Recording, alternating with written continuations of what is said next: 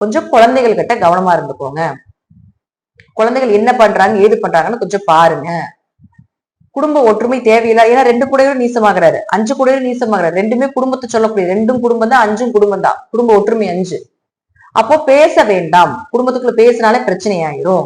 அப்ப தேவையில்லாத பேச்சுக்களை வைத்துக் கொள்வது அந்த 1 மாசம் மட்டும் கொஞ்சம் கவனமா இருந்து செயல்படுத்திக்கோங்க.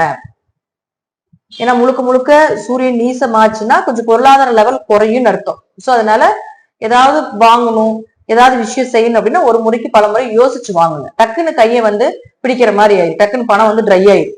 அதனால கொஞ்சம் யோசிச்சு சிந்திச்சு என்னென்ன பண்ணணும் ஏது பண்ணணும் ஒரு முறைக்கு பல முறை யோசிச்சு நீங்க செஞ்சீங்கன்னா இந்த மேஷராசியை பொறுத்த வரைக்கும் பாத்துட்டீங்கன்னா இந்த சூரியன் நீசமாகிறதுக்கு உண்டான ஒரு அமைப்பு அப்படிங்கிறது கொஞ்சம் குறைஞ்சு போயிடும். இது எல்லாமே பாத்துட்டீங்கன்னா நீசம் அப்படிங்கிற நம்ம முழுமையே எடுத்துக்க முடியாது. ஒரு 10 நாள் தான் நீசமா இருப்பாரு சூரியன். சுவாதி நட்சத்திரத்தெல்லாம் நீசமாகும். அதனால அந்த 10 நாள் இடப்பட்ட நாள்ல மட்டும் தான் நம்ம கவனமா எடுத்துக்கணும். மத்தபடி பாத்துட்டீங்கன்னா முன்னொரு 10 நாள் பின்னொரு 10 நாள் அப்படின்னு நம்ம எடுப்போம் இல்லைங்களா?